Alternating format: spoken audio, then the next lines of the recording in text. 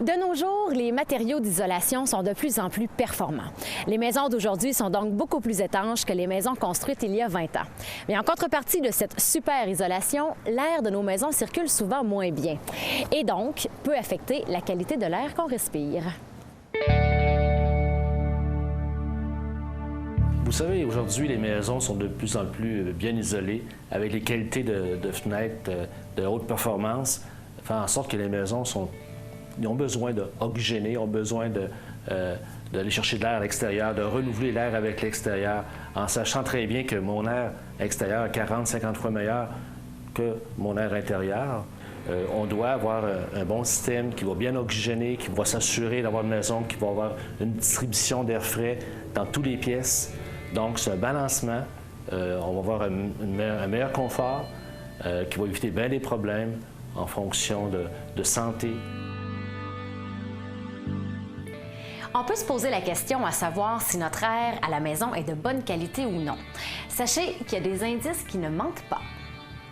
Bien, c'est sûr, si on voit souvent la buée dans nos fenêtres, soit le matin, c'est des signes que visuellement, il y a des signes encore plus graves. Si on rentre dans nos salles de bain et on se rend compte qu'on a des taches noires au-dessus du bain ou dans les coins de mur, ça, on voit que c'est un manque d'oxygénation, c'est un manque de ventilation dans une résidence. Mon air est trop stagnante, mon air ne bouge pas. Donc, c'est pour ça que la ventilation doit intervenir. Une solution pour améliorer la qualité de notre air, c'est l'échangeur d'air.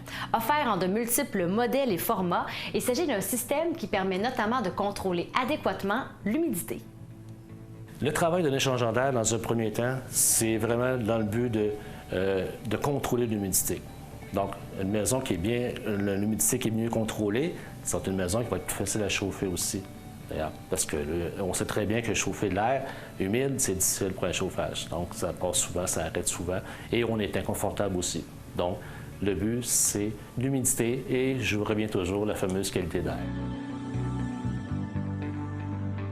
Les gens qui veulent un climatiseur, puis je me rends compte, ne sont pas bien équipés en ventilation. C'est sûr qu'on va primer toujours sur la ventilation. Moi, je me dis toujours aux gens, assurez-vous au moins d'avoir... On commence par la base, avoir une bonne ventilation, ça, c'est primordial. Contrairement à ce qu'on pourrait le croire, l'entretien d'un échangeur d'air, d'un climatiseur ou d'un système de chauffage central n'est pas si complexe que ça. Bien, c'est sûr, il y a des filtres à nettoyer. C'est rien de... On n'a pas de coût de remplacement de filtres en tant que tel.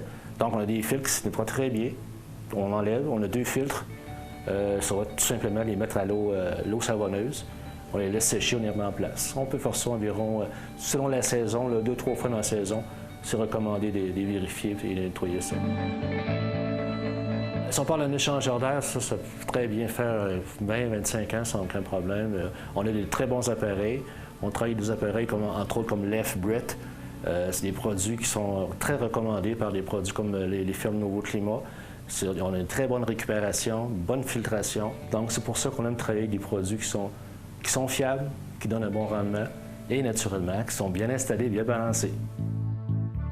Avec les étés qui semblent se réchauffer, les gens sont de plus en plus à la recherche de systèmes de climatisation performants. Mais l'hiver est toujours là et les systèmes de chauffage sont tout aussi importants.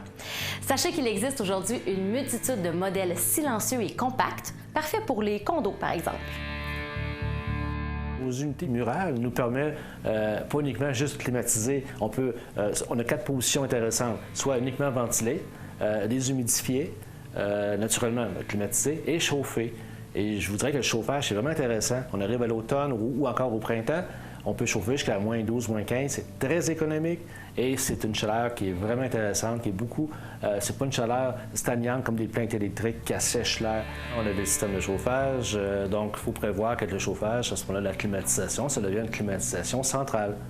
Donc c'est sûr que les gens qui ont un système de dock, qu'on appelle, ils ont un avantage un peu sur les gens. C'est plaisant, un système de chauffage, donc on peut se permettre d'avoir une climatisation plus uniforme, plus centrale. Malgré que l'unité murale, quand c'est bien positionné aussi, avec un échangeur d'air, va quand même faire une belle échange, puis c'est convenable. Donc, on travaille aussi, naturellement, on fait des changements de fournaise, on a des très bons produits, on travaille les produits avec des CIRS les plus élevés. Donc, on sait qu'aujourd'hui, côté économie, côté énergétique, les gens, on voit vert, on veut les choses qui sont le moins chères possible en point de vue économie. Donc, c'est ce qu'on va chercher. Bon système, encore là, toujours un système qui va être bien balancé, bien équilibré. Et dans le chauffage, c'est notre spécialité, ainsi que les climatiseurs et thermopompes centrales. Avec une durée de vie d'environ 20-25 ans, l'achat d'un échangeur d'air, d'un climatiseur ou d'un système de chauffage central est vraiment un excellent investissement. Cette chronique vous a été présentée par Climatisation Ventilation Rousseau, recommandé CAA Habitation.